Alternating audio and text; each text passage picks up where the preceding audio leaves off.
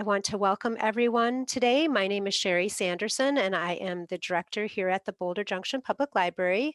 My background is a virtual background, but it is a real photo of our library. I'm actually standing at my stand-up desk in my office right now, and if you saw what was behind me, you would know why I'm using a virtual background. My office is a disaster today. So I want to thank you all for joining the Boulder Junction Public Library's Winter Wellness Program Series. We have been doing this series for 3 years now, and this year we thought that we would have to let it go until next year because of COVID, but we decided to give it a try and do a series of Zoom programs. And this is the third program we've done, and it has been working out really well. I'm very excited to see that people can join us from all over the state, all over the country, even in other areas of the world, they can join us. So that's kind of a fun part about it. You don't have to drive to Boulder Junction to join our programs this year.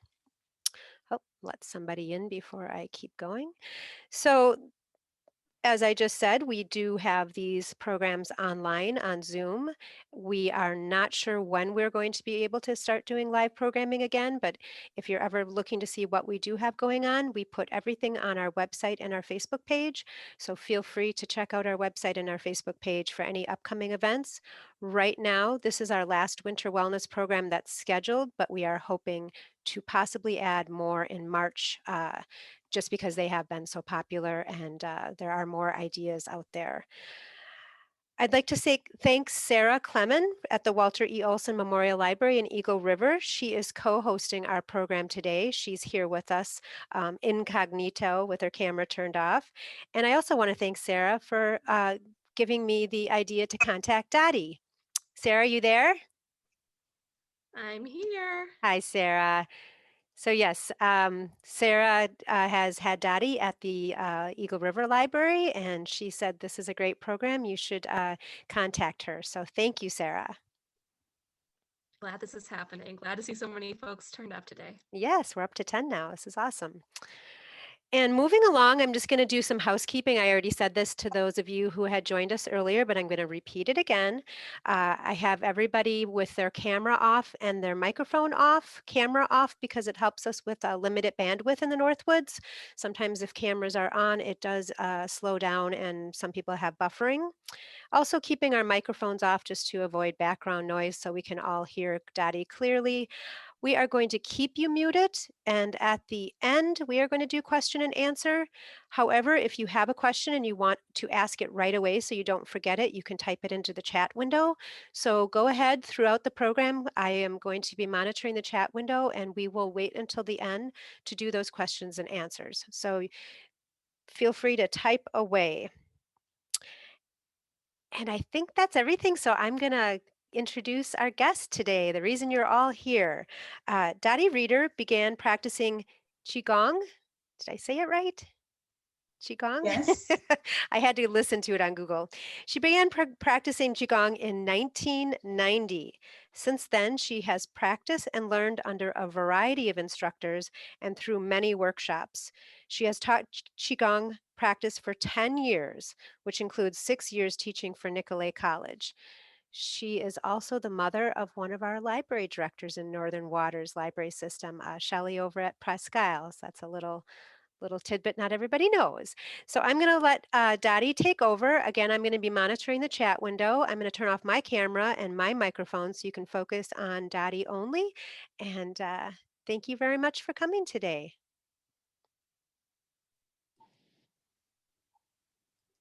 Okay, can you all see me? Yes. Okay, well, welcome and a good afternoon. It's a beautiful day in the North Woods today.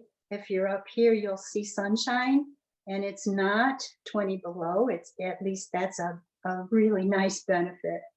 It's good to have you join us today as I share my thoughts on mindfulness and Qigong. And I'd also like to thank Sherry and Sarah for inviting me. And I want to give a shout out also to all the libraries across the country who are doing such amazing things when you look at how we've been kind of hobbled from COVID. The libraries took over and started doing some really fun things. And if you look around, you'll find how they're helping us communicate these days. So thank you so much. So I have been practicing Qigong for a long time. And when I started checking out Qigong and I heard about it, I also noticed that the word mindfulness was starting to pop up everywhere. And I noticed too that mindfulness and Qigong had so much in common. Those of you that know about Qigong understand that, and I hope to be able to compare the two and let you know how much they're alike. So I'm going to give you a little breakdown of how I plan to spend the next few minutes, giving you a definition both of mindfulness and Qigong. And then I have a really interesting mindful story to read to you, a true story. And Sherry will then show a video. It's a short video on beating the winter blues by meditating and mindfulness. And we'll spend a couple minutes on that. And then I plan to show you a short Qigong routine that might spur your interest in it if you've never done it. Those of you who have done it will recognize some of the forms or the moves that we do. So to get started, I want to just give you a definition of mindfulness, and it's really a short definition. It's just living in the moment, because we already used that moment that just passed by, and we don't have the other one yet. All we really have right here, right now. My mom was a person who practiced mindfulness, and she didn't ever read an article or hear about it. She wouldn't have even known to call it that. But it was interesting to grow up in a household where the person who was in charge of you always was very mindful of what was going on, and most of the time quite playful too. So that was a very interesting childhood. I'm telling you the optimist side of it. There's another side of it that was my mom.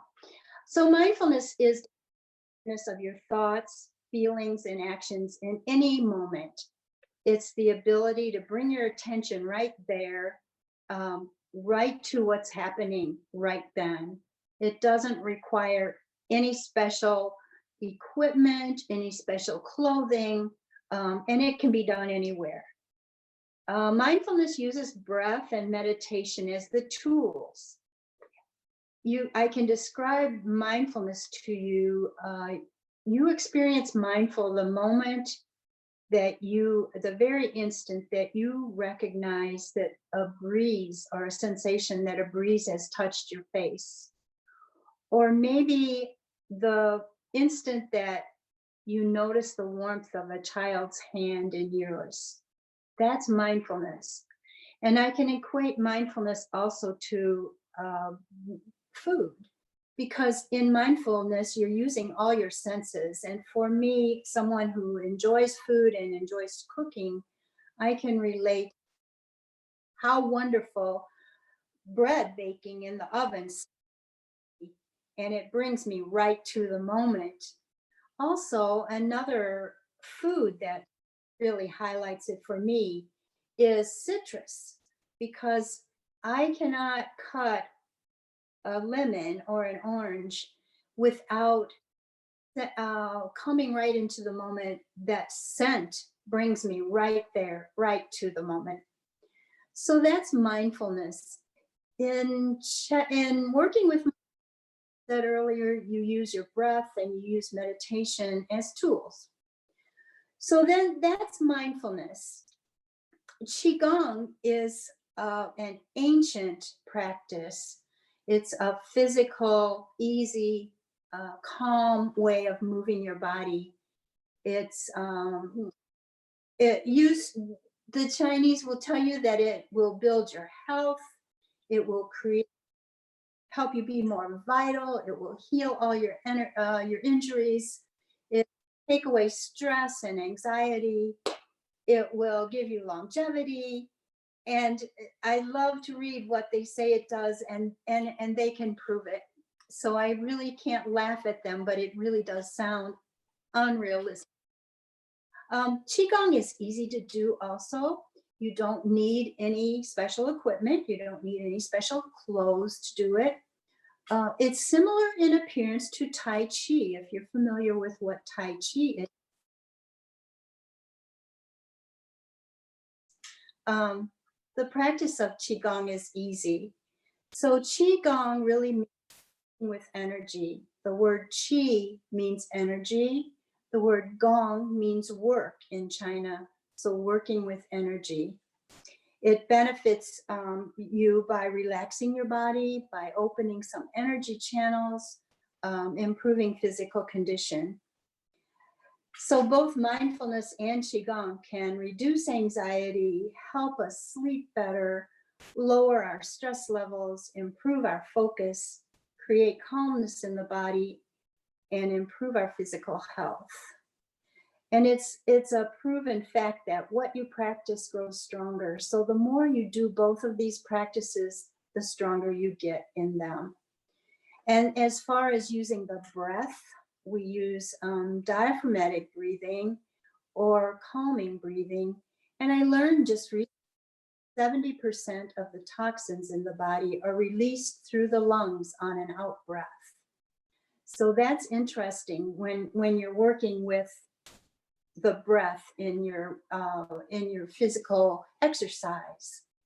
So that gives you just a basic picture of mindfulness and Qigong. They cross over, and as a Qigong practitioner, I feel like I use mindfulness every time I'm doing my Qigong. But I want to read to you a brief story. It's a true story, and it's very interesting. And it has to do with mindfulness. So a man sat at a metro station in Washington, D.C., and started to play the violin. It was a cold January morning. He played 6 Bach pieces for about 45 minutes. During that time, since it was rush hour, it was calculated that thousands of people went through the station, most of them on their way to work. 3 minutes went by, and a middle-aged man noticed there was a musician playing. He slowed his pace and stopped for a few moments and hurried up to meet his schedule. A minute later, the violinist received his first dollar tip. A woman threw the money in the till without stopping, continued to walk on. A few minutes later, someone leaned against the wall to listen to him, but the man looked at his watch and started to walk again. Clearly, he was late for work. The one who paid the most attention was a 3-year-old boy. His mother tagged him along, hurried, but the kid stopped to look at the violinist. He wanted to listen. Finally, the mother pushed hard, and the child continued to walk, turning his head all the time. This action was repeated by several other children. All the parents, without exception, forced them to move on. In the 45 minutes the musician played, only 6 people stopped and stayed for a while. About 20 gave him money, but continued to walk at their normal pace. He collected $32. When he finished playing and silence took over, no one even noticed. No one applauded, nor was there any recognition. No one knew this, but the violinist was Joshua Bell, one of the best musicians in the world. He played one of the most intricate pieces ever written with a violin worth $3.5 million. 2 days before his playing in the subway, Joshua Bell sold out at a theater in Boston, and the seats averaged over $100 each. This is a real story. Joshua Bell playing incognito in the metro station was organized by the Washington Post as part of a social experiment about perception, taste, and priorities of people.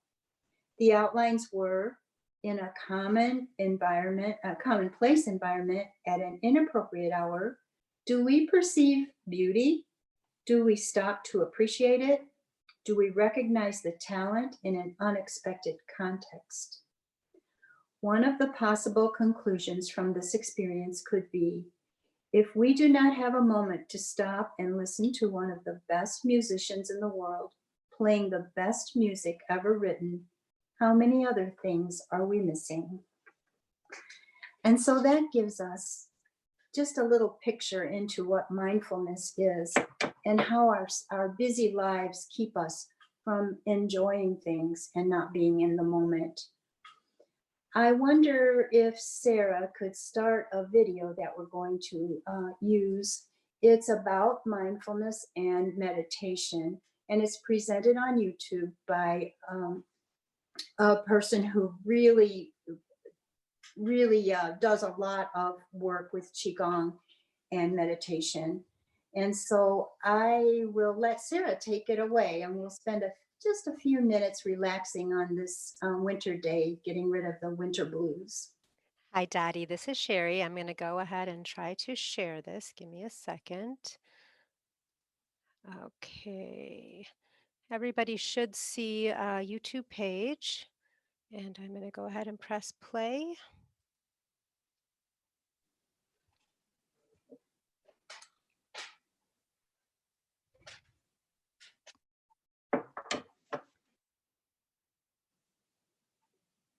I just want to let you know we're not getting any audio from the video. I don't know if you maybe can turn on the closed captions.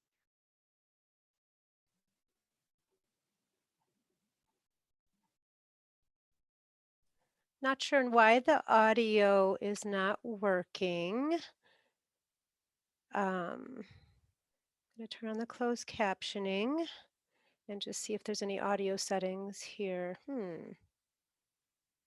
The only thing I could figure is it's not working because I have it going through my headphones.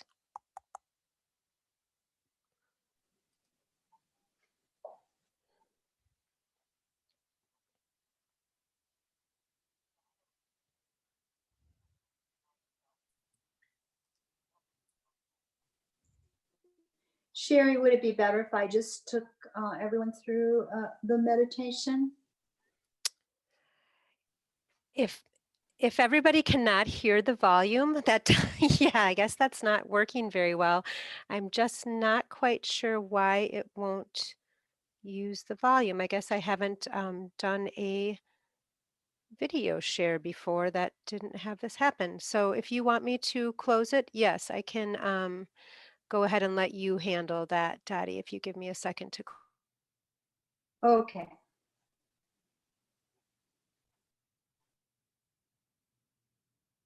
Let me know when It's back to you now. Everybody should be just seeing you now. Okay, that's perfect.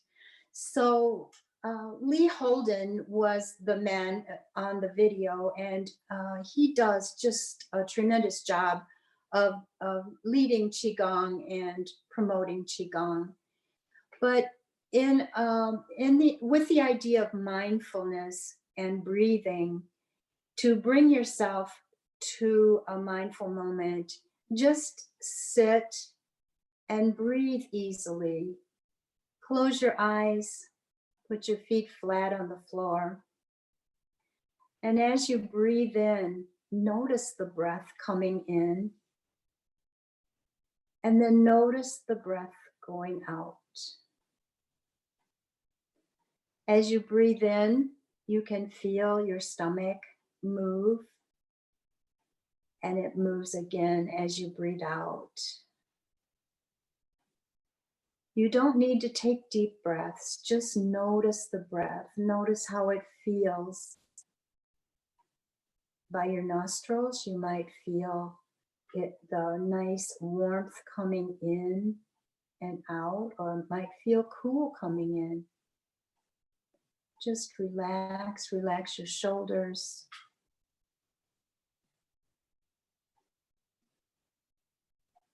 By sitting and mindfully breathing for 10 minutes a day in this way, in as little as 8 weeks, you strengthen the part of the prefrontal cortex involved in generating positive feelings, and you diminish the part that generates negative feelings.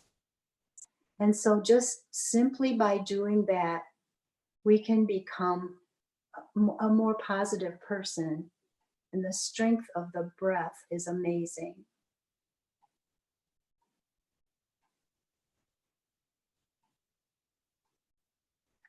I'll let you relax a little bit more. And I'll just continue to mention a few more things. What you practice grows stronger. I mentioned that before. So in anything that we try to do, the more we practice it, the better we get at it and the stronger it gets. Your body will get stronger from doing Qi Gong just because you're using it and you're practicing it. I can verify personally how good it is for your body. I'm stronger, I'm more flexible and healthier, and I think it all has to do with my Qigong practice. So I think what I'd like to do now is just show you a brief Qigong routine that we do. And there are, I should tell you, there are thousands of Qigong moves or forms that they're sometimes called.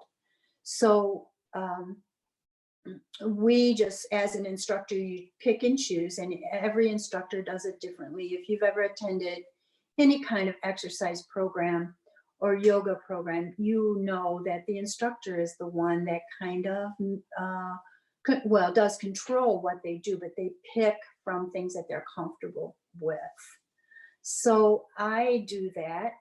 I'm just going to get started showing you some things. Let me move my chair, and I'll move back a little bit so you can see me, see all of a good part of me anyway. I'm going to adjust this just a little bit.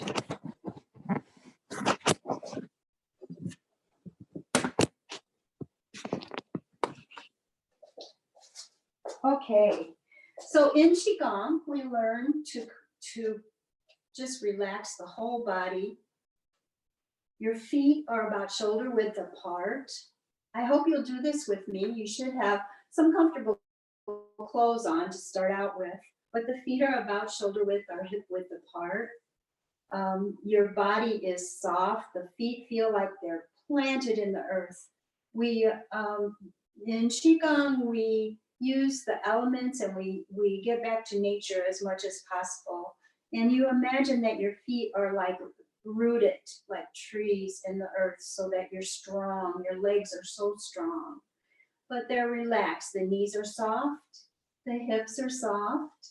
Your whole body feels soft. The shoulders relaxed. I like to just move around a little bit. The neck is relaxed. Your jaw is relaxed. We carry a lot of tension in our jaw, and so relax that. And I like to think my head is held high because there's a special star up in the sky that's just my star, and each of you has that star. And it showers down good energy on me all the time. And so I like to get in touch with that star when I'm doing Qigong. So stand nice and comfortable. We're going to do some simple moves. The first, and you'll find too that Qigong has some very interesting names for each of the moves. Sometimes it's named after some kind of animal or something in nature. This one is called Parting the Clouds, and it's also called the Fountain. So I want you to stand nice and strong. I want you to bring the back of your hands together right in front of you. Pull your hands up the center of your body overhead, and then out and around and come back together. So you're imitating a beautiful fountain of water. And moving slowly. The movements are always slow and gentle and calm.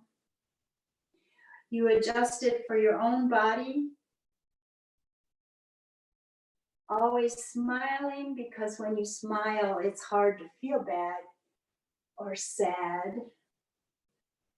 And imagine that beautiful fountain in the sunshine, glistening, beautiful colors of blue and crystal water.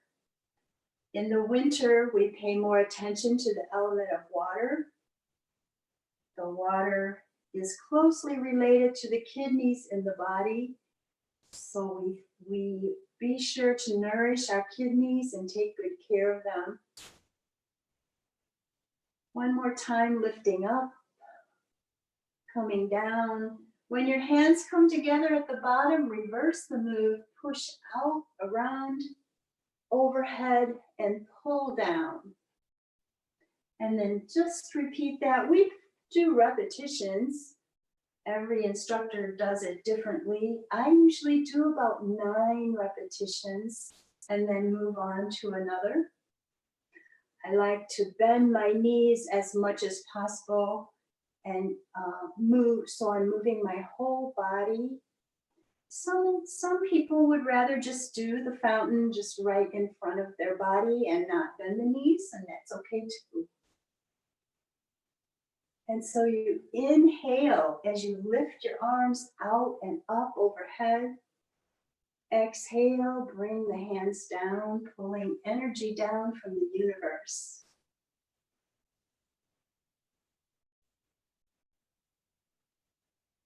One more time. Nice deep breath.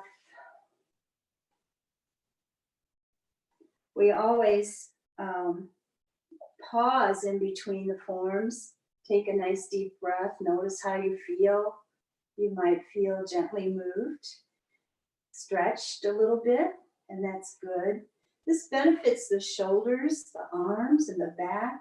A wonderful move to do first thing in the morning after you wake up. Let's move to the next one. This one is called the Wise Owl Looks Back. So in this one, you start with your hands facing down in front of the body.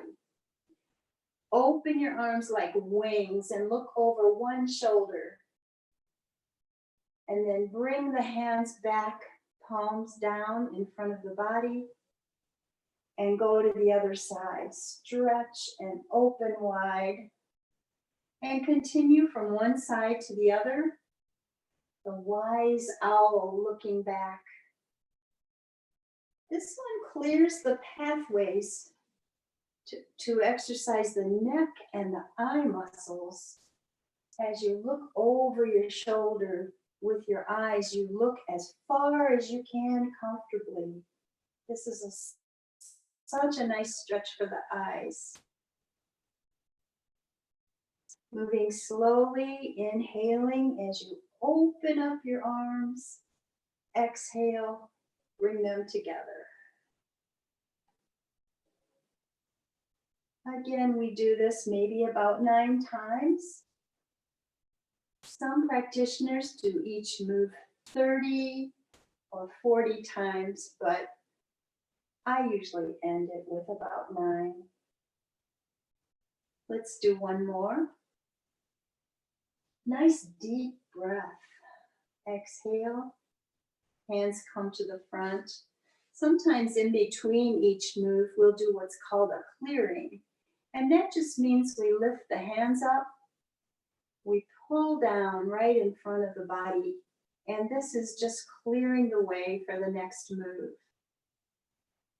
So we're using energy from all around us. There's energy in everything on earth, inside us and outside. So we try to revitalize the energy in our body, try to open up all those meridians that the energy flows through, and let clean, fresh energy come through the body, and let energy that we no longer need go back into the earth to be recycled. So let's do one that's called Opening the Gates of Heaven. This is so simple, it doesn't seem like it would do much, but it's very beneficial. And so you just twist from side to side. You can be, your feet can be wide or close together, wherever it feels good.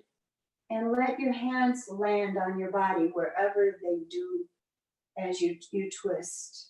So normally they'll land on the side and the back. And what that does is that taps those meridians that carry energy, opening them up reminding them to let the energy flow through, opening the gates of heaven.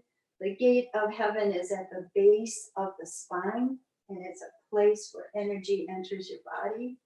There are several, but that's just one. Take a nice deep breath and continue. This stretches the spine. Now bring your hand up to right here, a little tap as you twist. That opens the lung meridian, revitalizes and nourishes the lungs. You can tap with an open hand or with a soft fist. And you can look over your shoulder a little further after you've done a few of these. It might feel good to really stretch the spine. It's a gentle stretch, but it's very powerful.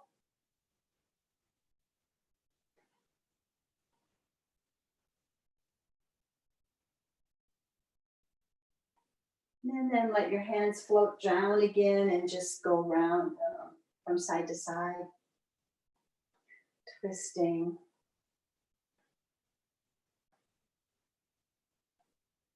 And then slow that down and relax. And notice how you feel. Take a nice deep breath. Make sure your shoulders are soft, not hunched up, but soft, down, comfortable. When we work at the computer all day, or if you're doing some sewing or some tight work, all of these moves help to loosen you up a little bit and get rid of that stress and that tightness that we carry in our shoulders and our neck and our jaw. So let's try one that's called Press the Earth and Touch the Sky. We do this one often in my classes. It's one of the forms from the 8 brocades of silk, which is a series of 8 Qi Gong moves that really do move the whole body. And so you'll find that this is not hard to do. It's pretty easy. What you do is just bend down and imagine you're scooping up energy from the earth. Pull it up, straight up the front of the body. Clasp your hands and turn your hands, the palms face the sky. The arms go out and down and go back down to gather that energy, pull it up, clasp your hands and stretch. And continue that. Now you can go down as far as it feels comfortable to you. Never move in a way that hurts or is uncomfortable.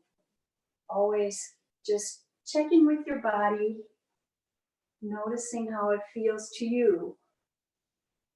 And find that place that coordinates the breath with the move. Inhaling usually as you pull up and exhaling as you move down.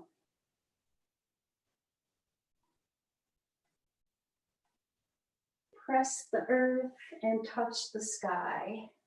This is a classic Qi Gong move.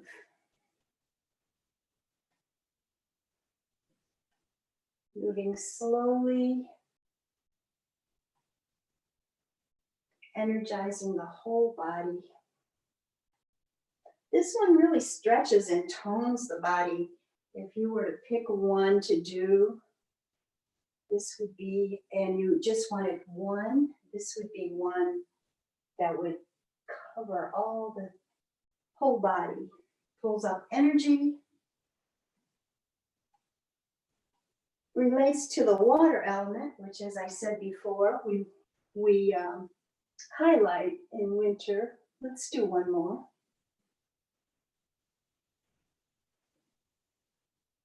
And let your arms float down. Take a deep breath. As I said before, we look to nature for the moves that the ancient Chinese did. There's one called Great Bear Swimming. In this one, the back of the hands go together and you reach forward and then you pull back, spiral the hands back, and then swim some more. Great bear swimming. So good for the shoulders, the upper back. And because I bend my knees as I do it, it strengthens my legs as well.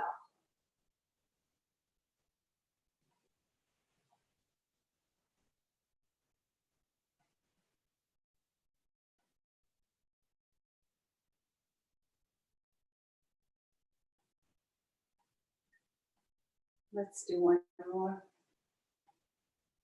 And then relax. Nice deep breath. We'll do one more of the forms. It's called spinning silk. In this one, you take a wider stance. One hand goes behind the back, the palm is facing out. With the other, you draw a figure 8 from side to side. So you're using your hips, your legs, spinning silk, imagining that beautiful threads of silk flow out of your fingertips as you move. And so you follow that with your eyes. If it's possible, for some people, it's not possible, it makes them a little dizzy. So don't do it if it makes you dizzy. But imagine that you're spinning some silk. Beautiful colors. This move also benefits the whole body.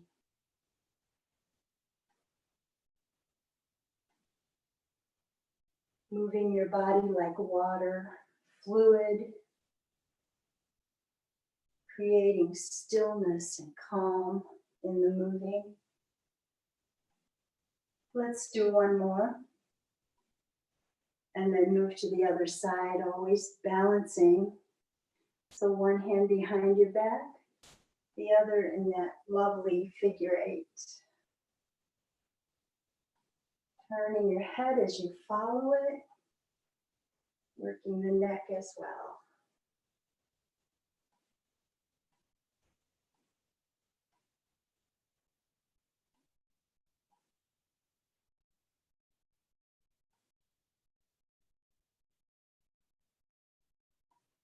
One more time.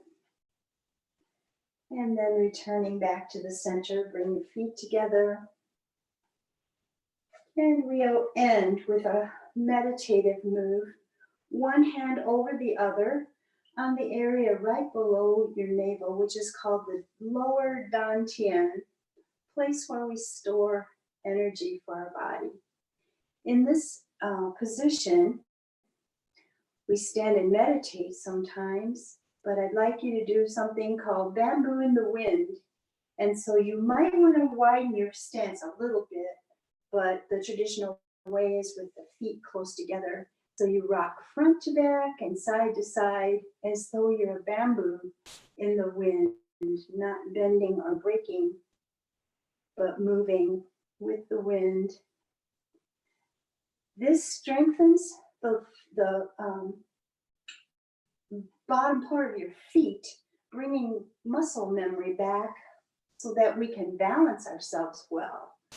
There's a lot of spaces or places that your feet touch harder as you rock front to back and side to side. And so you're training that muscle memory. This is so good for balance. As we age, we lose balance, and once we lose it, it's hard to get it back.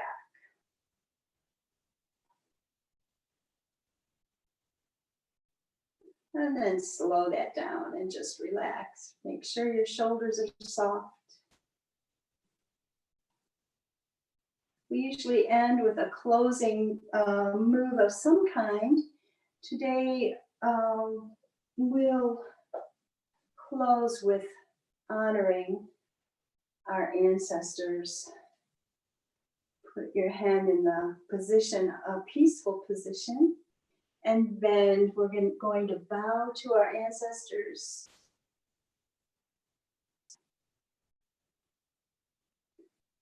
And we'll bow to the teachers in our lives.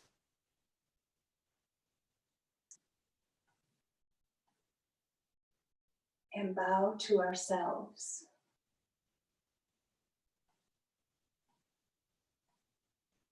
Ending our practice.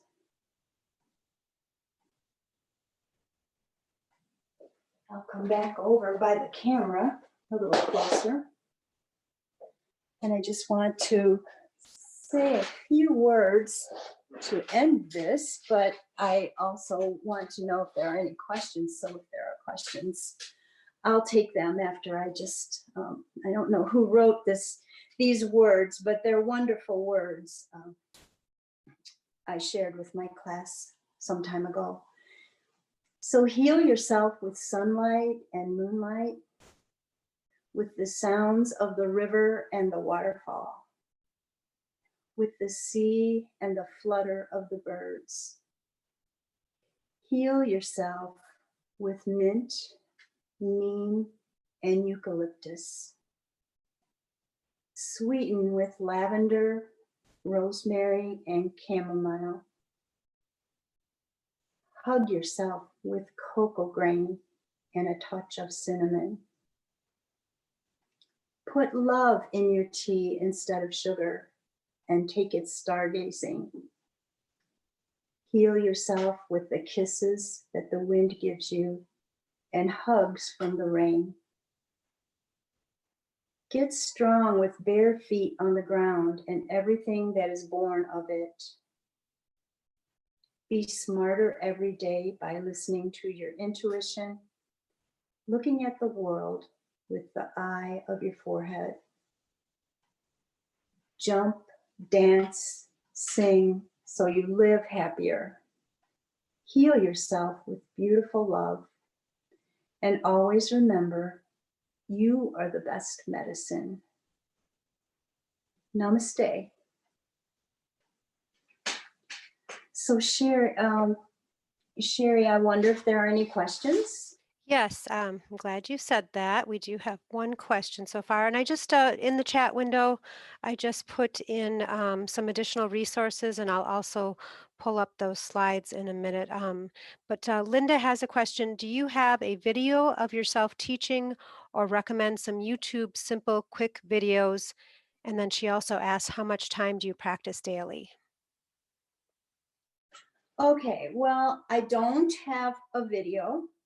I do teach on Tuesdays on Zoom, and I can send an invitation to anyone who would like to. For someone who does a really good presentation, a young woman whose name is Mimi Kuo-Deemer. It's Mimikuodeemer.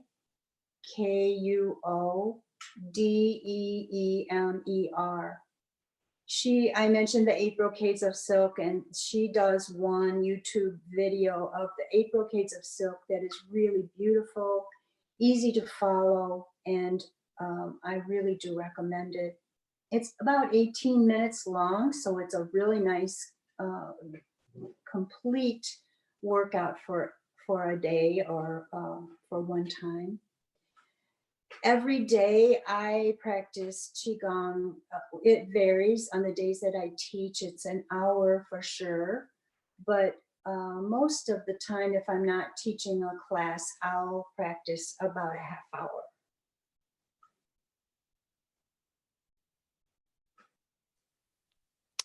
And does anybody else have any questions for Dottie? I did put a link to the person you were just talking about. I put a link to her website in the chat window. So if you have any other questions, you can type them into the chat window. I'm happy to see a few folks here from my classes. It's the people the ones that I've done classes with in the area close by. We've become kind of a close family, and I miss them so much. And so we see each other on Zoom once a week, which is nice, but I'll be glad when we can all get together again. In the summertime, I teach outside. Last summer, I was forced to do that all summer long, and it turned out to be a wonderful experience. It was good. The weather was good for us most of the time, and doing Qigong outside is amazing. It's so wonderful because you're just in touch with nature. Well, I don't see any other questions, so I'm going to ask one from myself. You just reminded me of the question when you were talking about seeing people doing Qigong out in the park. So when we see people doing that, is it always Qigong or are there other practices that look similar or are similar? Well, Tai Chi looks similar, and so it could be Tai Chi. Tai Chi is actually a form of Qigong. Qigong was the original thing, and then there were all these new things that came out. And for some reason, when Tai Chi found its way to the States here from the East much quicker than Qigong did. And so people are so much more familiar with Tai Chi. And Tai Chi is a little harder to learn, and they're both good, but it's a little harder to learn, and it's not quite as flowing and as Qigong is. But the groups that you see in China or in Chinatown are doing both, and they learn to do that at a young age, and the government almost makes it mandatory that they do it because it keeps their population healthier. That makes a lot of sense. I like that. Mhm. So you do have two more questions in the chat, and they're both related to each other. How can we sign up for your Tuesday class and details for your Zoom class? I do have the additional resources page up, and the Zoom classes on Tuesday mornings are at 9 a.m. But how would a person sign up for that? If they email me, and my email address is there, then Yes. I will send out an invitation. And it's just an ongoing every Wednesday class. So it continues every Tuesday, I'm sorry, every Tuesday morning at 9 o'clock. And as long as you get an invitation, it's open to you from then on. And in the summertime, if you're in the North Woods, I teach Qigong at Presque Isle outside by the library. I was teaching in the library downstairs, but we can't do that anymore. And in Eagle River in the park, and in Rhinelander in the park as well, in Hodag Park. So in Rhinelander, it's Tuesday mornings at 9 o'clock, so we'll have to kind of adjust that as we go along. In Eagle River, it was on Monday and Thursday, and in Presque Isle, it was at 9 o'clock on Saturday morning. So all over the place.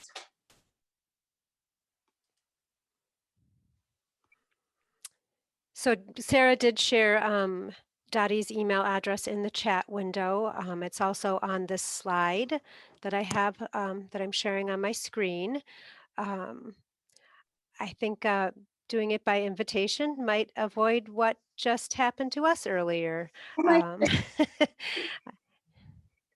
Has that it was a very ever happened before? oh, so this is the crazy thing. I knew I was due. I have been in, or I've actually watched a different meeting that was recorded where they were Zoom bombed by probably only 3 people, but it was very graphic images that they were sharing, which nobody can share the screen on this one. So thankfully that didn't happen, and very graphic language. And I said, oh, I hope that never happens to me.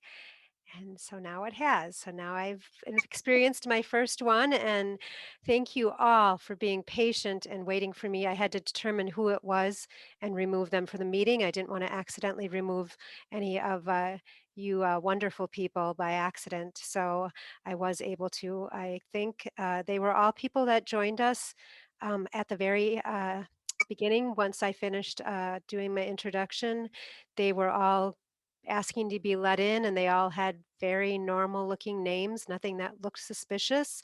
So I let them in, and there's just no way to know that that's what they were up to. So, lesson learned. Everyone, thank you so for being very patient with that. I know that it's very disturbing to have that happen, especially when we're talking about mindfulness and relaxation. It wasn't very relaxing for a minute there. That's an interesting experience. So Yes, what yes. what It we could have live been in. worse. I look at the bright side. It could have been worse. We got rid of them and they didn't do too much mayhem. But unfortunately, this is the world of Zoom and it doesn't happen very often. And I don't know why they target certain meetings and not. So I've done 2 other programs and nobody did that on the other 2 programs. So I don't know what it Well, was. I hope everyone enjoyed what we did today, and I really do appreciate you inviting me to do this. It's a new kind of thing. We all are reinventing ourselves these days, so I want to thank you for doing that. Yes. Well, I'm glad that Sarah put us in touch, and I was standing at my desk doing it all along with you guys. Trying not to knock anything off my desk though, so it was relaxing. I am going to still put this video up on YouTube. I'm going to discuss some editing techniques with my colleagues to remove the offensive material. So YouTube will allow me to put it up. So it might take me longer to get it online. So those of you that want to watch it again or want to use it as a semi-instructional video, just to try to practice some of the techniques that Dottie used. Otherwise, she's also given us some great links to go to. So I have nothing else other than to thank Dottie and Sarah and thank all of you for joining us and being so respectful of this platform. Do you have anything else, Dottie or Sarah? No, I don't. Just thanks to everyone. And I can only echo that. Thank you, Dottie. Thank you, Sherry. Wonderful to be together again. We're so close to being together, we just can't have the coffee and cookies. I usually set up a table during our winter wellness with some veggies and hummus and some healthy breads. And yeah, so unfortunately, we all have to just enjoy those comforts in our own home while we're watching the video and not get to sit at the table and socialize over a cup of coffee or tea. So soon, though. I see the light at the end of the tunnel, and soon we will be gathering again. Maybe not large gatherings, but at least having some small gatherings again. So, yes. Well, then I'm going to say goodbye to everyone. And again, please watch on the library's YouTube page. You just have to go to YouTube and search Boulder Junction Public Library. It's easy to find our page. Sometime, possibly tomorrow or the next day, we'll have this video on. And if you know of anybody that missed it and wants to watch it, they'll be able to look at it. And I keep them on the YouTube page. I don't, have a time frame. So that way, if somebody thinks of it a month from now, that'll still be there to watch. All right. Okay. All right. Thanks, Thank everyone. And have a great afternoon. Enjoy the sunshine. you.